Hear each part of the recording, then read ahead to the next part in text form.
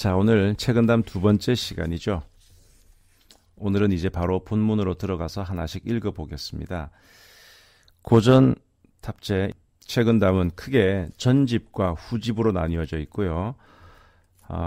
거의 한 359개 챕터로 나뉘어져 있습니다. 그러니까 한 챕터 한 챕터가 좀 짧아서 잠언처럼 그렇게 되어 있거든요. 그러니까 이게 뭐 어느 편이든 쫙 펼쳐서 뭐 하루에 하나씩 보더라도 무리가 없는 그런 책인데요.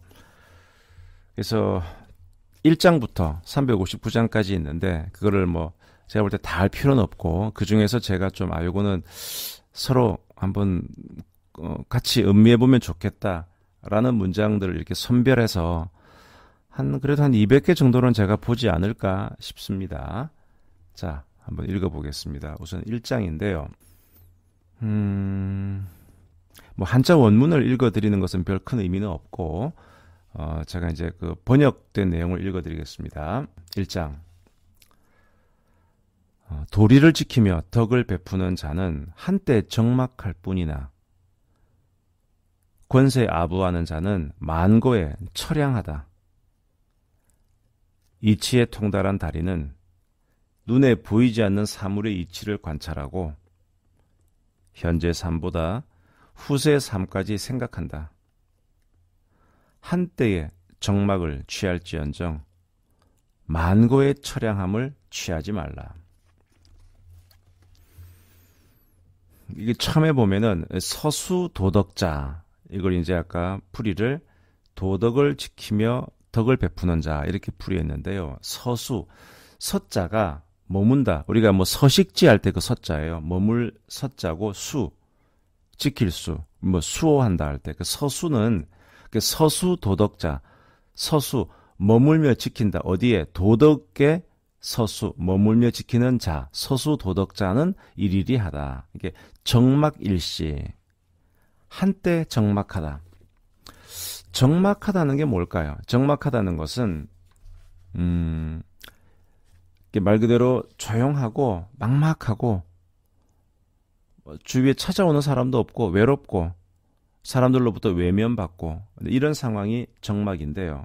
근데 적막일시, 한때, 한때 적막하다. 그러니까 도리를 지키며 덕을 베풀고 사는, 원칙을 지키며 사는 사람들은 적막할 수 있다. 하지만 한때 적막할 뿐이다. 그런데 아까 그 다음에 권세 아부하는 자, 이게 한자로 의아 권세자라고 되어 있는데요. 즉 이런 권세 아부하는 자는 처량 만고, 만고는 오랜 기간 동안 처량하다. 그러니까 이 책은담의 또 매력은 이 대꾸, 딱 대꾸를 시키는 거예요. 그러니까 서수 도덕자, 도덕에 머물며 지키는 사람과 그 다음에 이 권세에 아부하는 사람을 딱 대비를 시켜놓고 도덕을 지키며 사는 사람은 적막할 수 있지만 일시 한때 적막할 수 있고, 그런데 권세에 아부하는 자는 만고에 오랫동안 처량하다. 자, 그래서 이렇게 보는 거죠. 자, 큰 틀에서 볼 때 기본적으로 이런 처세서를 바라볼 때는 순간순간 눈앞의 이익에는 현혹되지 마라는 그런 가르침을 주고 있습니다. 큰 틀에서 볼 때 지금 당장 권세에 아부하고 불의와 타협하고 이런 경우에는 설령 부귀한 삶을 누릴지라도 이는 극히 짧은 시간에 불과하고 더 무서운 건 뭐다? 그 이후에 닥쳐올 만고의 처량함이다. 여기서 처량하다는 것은 그냥 불쌍하다는 그런 의미라기보다는 남들에게 손가락질 받는 이제 그거를 얘기하는 겁니다. 그러면서 이제 이런 말을 하죠.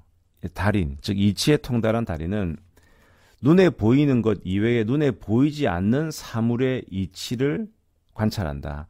이게 한자가 되게 재미있는데요.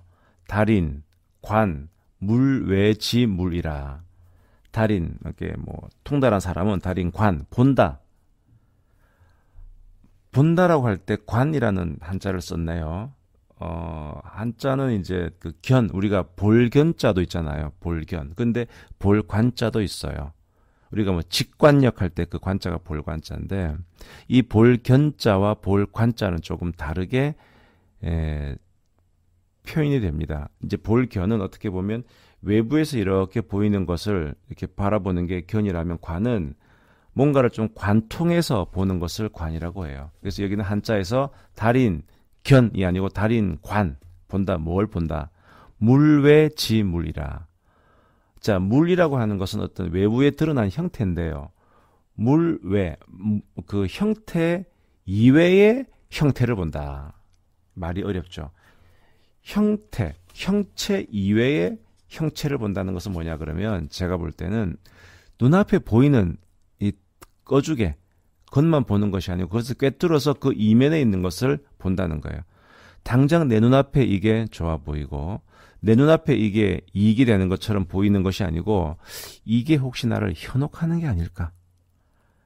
이게 뭔가 화려하고 반짝이는 것을 내 앞에서 흔들어주면서 나를 나쁜 길로 유도하는 것이 아닐까를 볼 수 있는 관. 누가 그럴 수 있다? 달인. 여기서 달인이라고 하는 것은 어떤 그런 이치에 통달한 사람을 얘기하는데요. 그래서 이런 외물에 현혹되지 말라는 겁니다. 제가 어제 칼럼 중에 수처, 작주, 입처, 계진 그 칼럼 임재선사의 임재록에 나오는 얘기를 하면서 그랬죠. 내가 처한 그곳마다 내가 주인이 되라는 그 의미는 그게 그렇게 못 되는 이유가 내가 어느 상황에 딱 처해지게 되면 기본적으로 나를 둘러싸고 있는 이 외물, 외형에 자꾸 반응하고 그것에 압도되기 때문에 이 내가 주인이 되지 못하는 거예요. 근데 내가 어디에 처하든 간에 내가 중심이 되면 바깥에 있는 외물은 외물에 불과하다는 겁니다. 때문에 거기 보면 추사 김정희 선생 얘기도 나왔고 다산 정약용 선생 얘기도 나왔죠.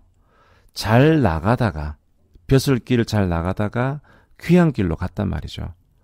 제주도로 유배 가고 강진으로 유배 가면 진짜 깝깝하죠. 외형이 바뀌어버렸잖아요. 한양에서 잘 나가다가 완전히 이 험한 곳에 와서 제대로 이 뭐 참 밥 먹기도 힘든 척박한 현실. 일단 주어진 그 외부적인 현실이 그렇고 또 관계하던 사람들이 다 멀어졌을 거잖아요. 다 멀어졌고 아부하던 사람들도 다 사라지고 외롭단 말입니다. 그러니까 분명히 외형은 바뀌었어요. 외물은 바뀌었어요. 하지만 그 두 양반은 그것에 굴하지 않고 그래 오히려 그런 환경 속에서도 작품 세계를 깊게 하고 자기의 정신 세계를 깊게 했다는 것은 내 외물에 나를 둘러싸고 있는 외형에 현혹되지 않고 좌우되지 않았다는 겁니다. 내 중심을 잡았다는 거죠. 그게 바로 여기서 말하는 달인은 관, 본다, 물외지물. 어떤 사물 바깥에 있는, 사물 뒤에 숨어있는 그것을 본다는 거고요. 그 다음에 아까 그랬죠. 현세의 삶보다 후세의 삶까지 생각한다. 이게 이제 한자 원문으로 생각할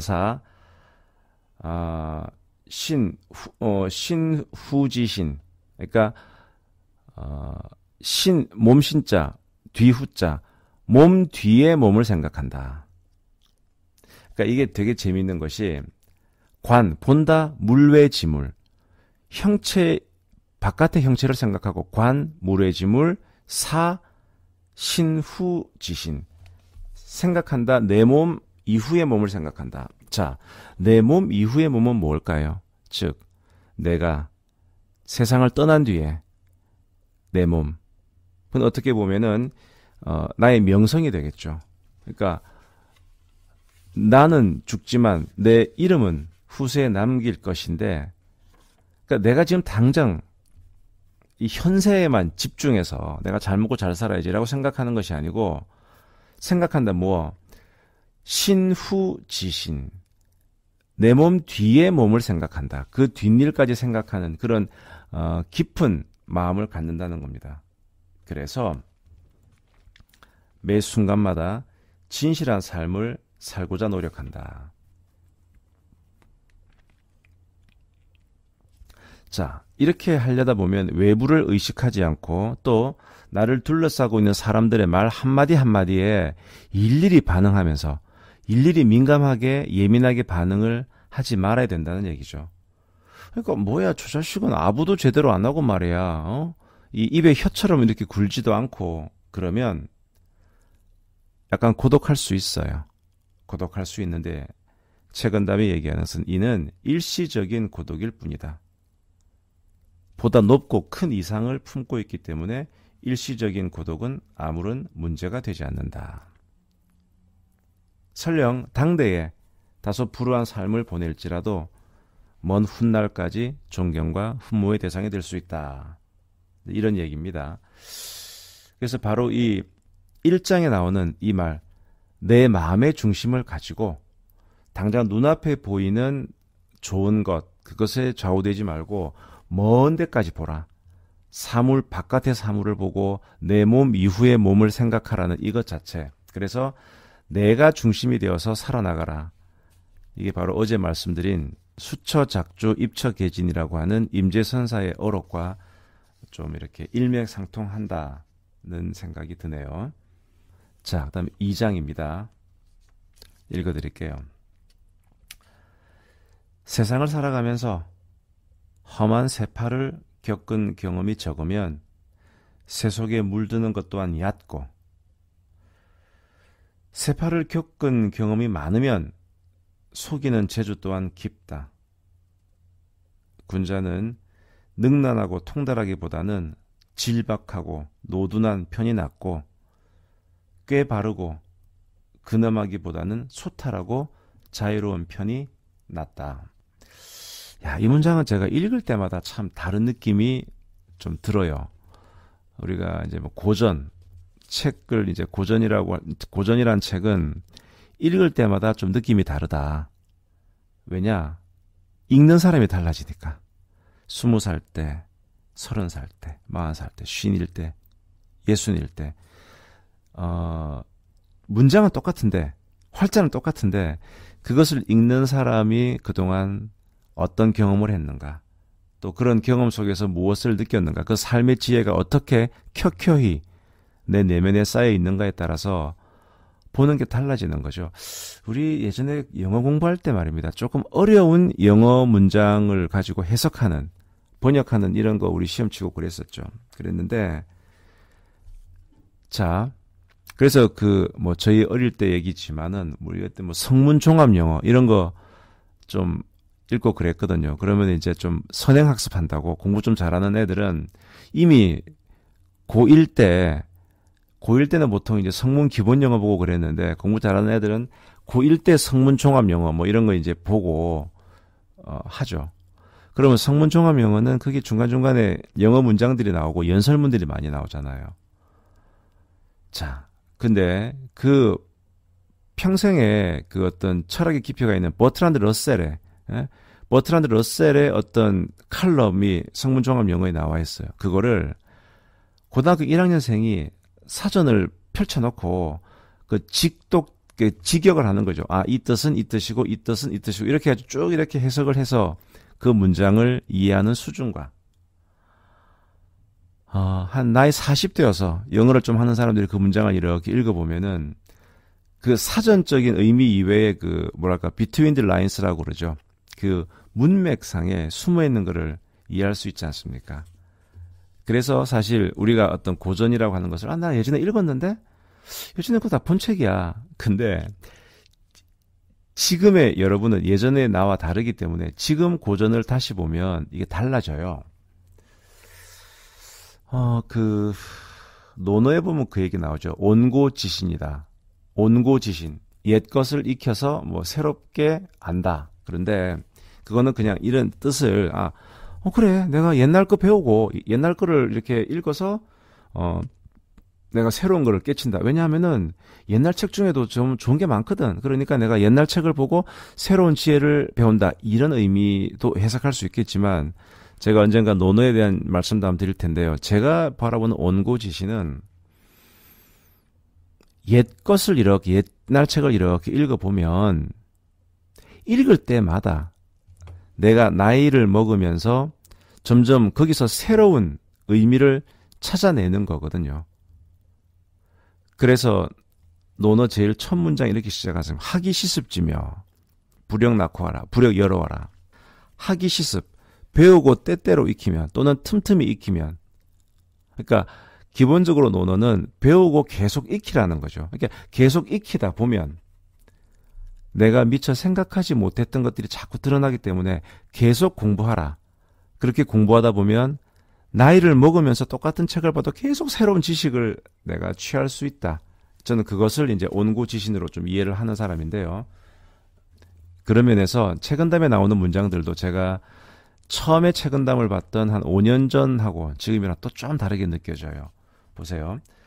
세상을 살아가면서 험한 세파를 겪은 경험이 적으면 새 속에 물드는 것 또한 얕고 세파를 겪은 경험이 많으면 속이는 재주 또한 깊다. 군자는 능란하고 통달하기보다는 질박하고 노둔한 편이 낫고 꾀바르고 근엄하기보다는 소탈하고 자유로운 편이 낫다.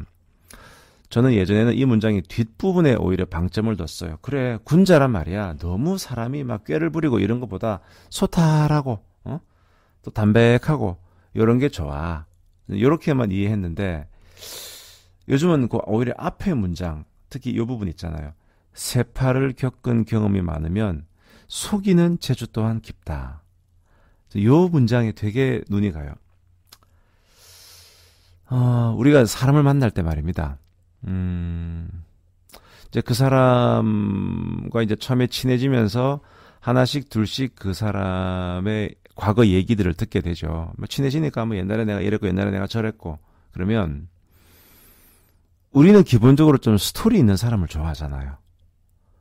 그러니까 너무 그냥 맹탕보다는 인생에 굴곡이 좀 있었고 말이지. 그럼 누군가 얘기 들으면 와 그런 적이 있었어? 야, 니 그거 어떻게 이겨냈니? 야, 정말 나라면 진짜 돌아버렸을 텐데, 야, 그걸 이겨냈네? 이런 게 있잖아요.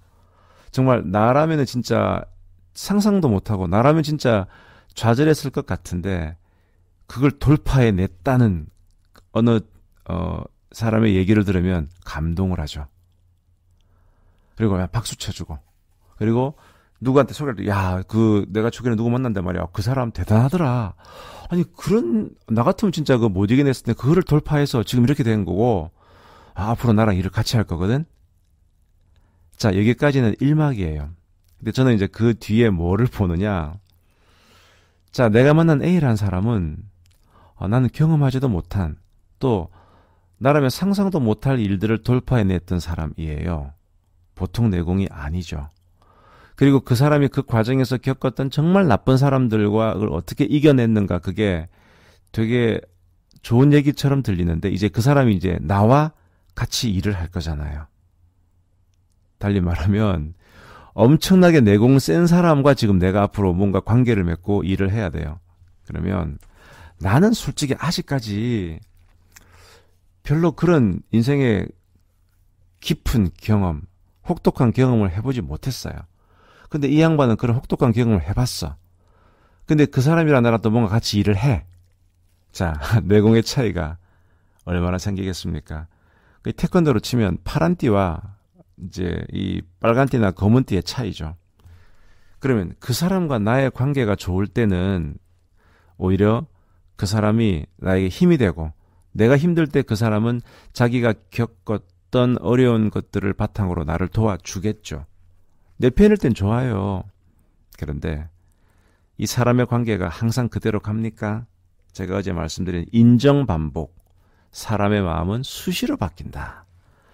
만약에 그 사람과 같이 어떤 일을 도모하다가 그 사람과 틀어지게 됐어요. 그럼 그 사람과 한판 싸워야 돼요. 제가 변호사이다 보니 얼마나 이런 경험을 제가 많이 해봤겠습니까? 모르던 사람끼리 싸우는 경우는 별로 많지 않아요. 대부분의 분쟁은 아는 사람 사이에 발생합니다. 정말 평생을 같이 하자고, 너와 나는 이제 소울메이트야, 우리는 절대 변하지 않아, 이런 결의를 했던, 진짜 그 삼국지에 나오는 그 도원결의, 유비, 장비, 관우 같은 도원결의를 했던 그런 관계 속에서 문제가 터져요. 자, 그렇게 싸우면 하얀 띠랑 검은 띠랑 싸우면 누가 이기겠습니까? 이거는 게임은 해보나 마나죠. 그래서 저는 이거 세파를 겪은 경험이 많으면 속이는 재주 또한 깊다. 이 문장에서는 아주 무릎을 쳤어요. 맞다. 진짜 그렇다. 그러니까 우리가 누구를 만날 때 그 사람이 되게 사연이 많고 힘든 일을 많이 겪었어요. 그러면 우리는 그 얘기에서 감동을 하고 그 감동 때문에 그 사람이 좋아지거든요. 그리고 그 사람과 뭔가 일을 하고 싶고. 그런데 그 사람은 그런 경험을 겪으면서 정말 이런 삶의 지혜가 좋은 쪽으로든 나쁜 쪽으로든 많이 생겼어요. 그러면 과연 내가 이 사람과의 관계가 틀어질 때 이 일이 나한테 어떤 임팩트로 다가올 건가를 생각을 해야 돼요. 그래서 다시 이 문장을 읽어보면 이 험한 세파를 겪은 경험이 적어요. 그럼 우리는 쟤 좀 애가 어린 것 같아. 뭐 너무 좀 이렇게 경험도 없고. 근데 오히려 뒤집어 보면 새 속에 덜 물든 거예요. 그러니까 아직 새 속에 물이 덜 들었기 때문에 좀 내가 원하는 색깔을 입힐 수가 있어요. 그런데 이미 세파를 많이 겪은 사람들은 내공이 깊기 때문에 그 남을 속이는 재주 또한 깊다. 자, 그러면 한번 여러분 생각해 보세요. 여러분들이 지금 아주 친하게 지내는 또는 뭐 그냥 단순히 친하게 지내는 것이 아니고 같이 사업을 하고 있고 같이 동업을 하고 있는 사람들이 그 내공이 얼마나 나보다 깊은 사람인가. 그러면 야, 그 사람과 내가 한판 맞짱을 뜨게 되면 내가 이게 잽이나 될까?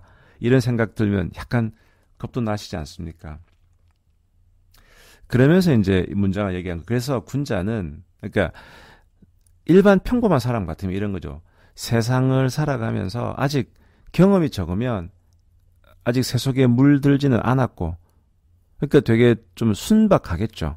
반대로 세파를 겪은 경험이 많으면 사람이 되게 노회해진다. 우리가 노회하다 표현 쓰잖아요. 노회하다는 게 이제 경험이 많아서 나이가 많고 경험이 많아서 똑똑하지만 그만큼 교활하다. 이때 노회하다라는 표현을 쓰거든요.